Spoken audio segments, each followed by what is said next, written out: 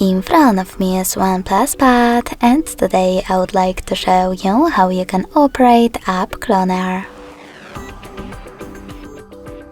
First of all, just open Settings and scroll all the way down to Access Apps.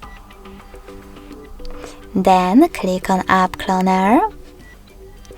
Tap on one of the available ones, in my case Facebook, and click on this gray sweater next to Create App Clone. Then wait. And tap on Home button. As you can see, my app was successfully cloned. If you want to, you can always access the same settings and adjust those two options however you want to. You can rename your app clone. I will go with Facebook too.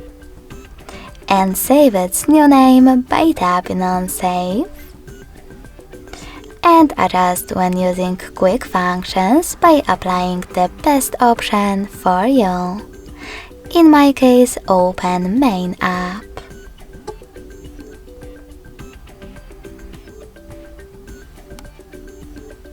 In order to delete this clone though, you can always hold it and select Uninstall, or go back to the same settings and tap on No Blue Sweater next to Create App Clone.